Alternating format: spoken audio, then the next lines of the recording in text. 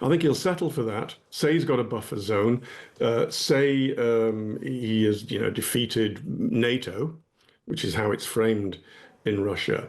But I do think he wants an end to this. Let's bring in Tim Marshall, author of Prisoners of Geography, former foreign correspondent. Hello, Tim. Hello there. Can we start on that point? Lisa's looking for clarity. It sounds as though Europe, or at least those who are supporting Ukraine, are going to have to stop to meet Vladimir Putin's conditions. Possibly. That you read, I think, is from TASS, the TASS news agency in Moscow. And the White House readout does not refer to that. So that is going to need clarification. I agree with nearly everything your previous guests have said, but I'm also reminded of that awful phrase that the strong do what they will and the weak will suffer what they must. You don't have to like that statement, and you don't have to like the situation to see that it is true. The only positive is that 30-day ceasefire, when it comes to energy supplies and infrastructure, that was from the Ukrainian side. That was the Ukrainian demand in Jeddah a couple of weeks ago. And it was very interesting that the day after that was when the intelligence was switched back on.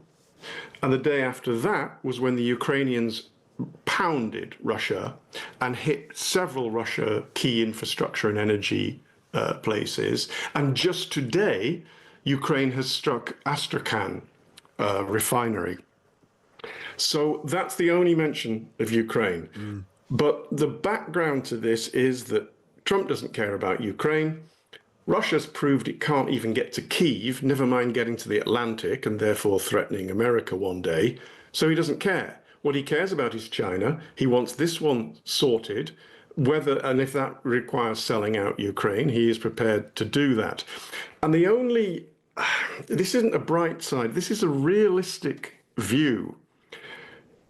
They have come to the conclusion in the United States that Ukraine cannot reconquer the territory that it had stolen from it in this illegal war. And if you conclude that they cannot reconquer that territory and you want to sort this peace out, you will persuade Ukraine, you're not going to do it, especially without our help, sign here. So it is going to be dictated to them. Let's see what Zelensky says. I think we can get a 30-day ceasefire out of this. The longer term issue, we'll have to wait for. Yeah. If we can just sort of pick up where we were chatting there, I think maybe actually let's start with Europe at this point. What position this leaves Europe in this evening? Pretty much, I think, where they were, because they still need to somehow get together, not a peacekeeping, but a peace observing, a ceasefire observing force, because it's important to underline what we think has been agreed is that both sides will no longer, for the next 30 days, target each other's infrastructure and energy infrastructure. They won't be going after oil supplies, etc.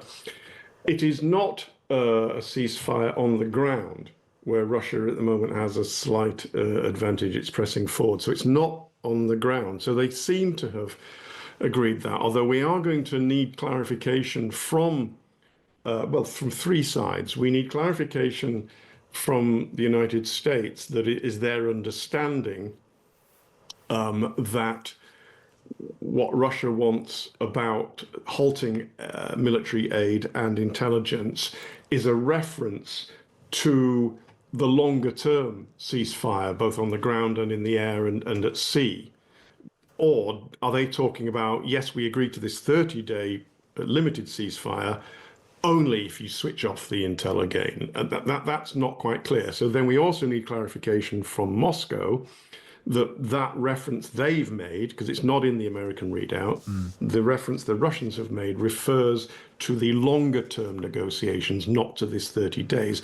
And then, of course, we need clarification from Kyiv that, yeah, they agree for it to what we've heard. I suspect they will. Now, there's a lot more to unpack after that in the two readouts, but for me, in the immediate, in the next few hours, that point needs to be clarified. Yeah, clarification required. What do you make of the overall tone of what we are getting at here? Because going into this phone call, the assessment had been Putin is keen to drag things out indefinitely, to sort of add nuance and sort of sub-points to any headline negotiation issue in order to just keep fighting, basically, while appealing to Donald Trump's sense of perhaps ego and desire for a victory and ceasefire. What are you sensing as has been the strategy and approach from both, from what we have so far? Well, I disagree slightly with the way, I know it's not your opinion, Callum, the way you just framed that. He was trying to drag it out. He was trying to drag it out for 4 years. Well, 3 years, waiting for Trump to come back to power and to get to this moment we've now got to. But I don't think in the last few weeks he's been signaling that he's dragging it out over a really long period. I think he wants a deal on his terms. And I think he will settle for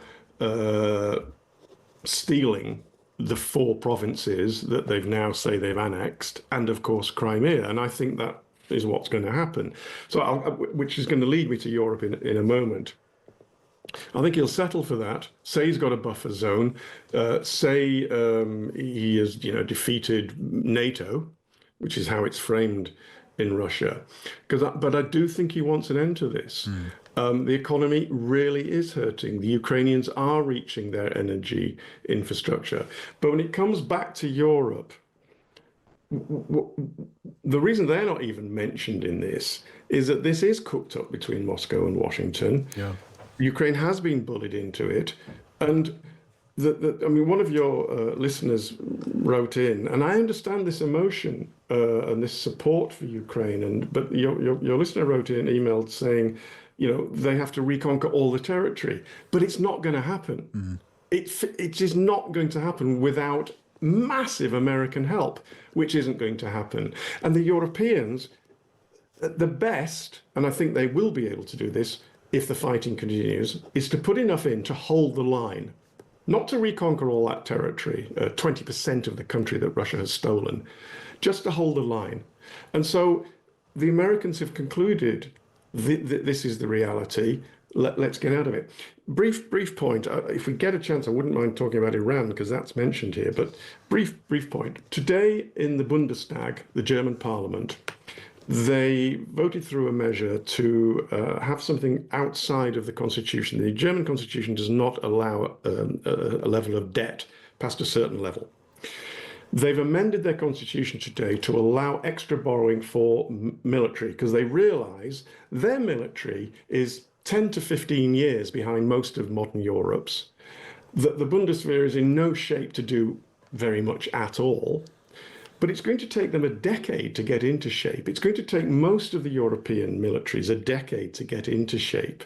So this idea that we are going to supply Ukraine to the hilt and get them to reconquer and push Russia back to its borders, it's just nonsense. Yeah. And like I said, the Americans have drawn that conclusion, and they're pulling the plug at the moment. So that awful phrase again, Callum. The strong do what they will, the weak suffer what they must.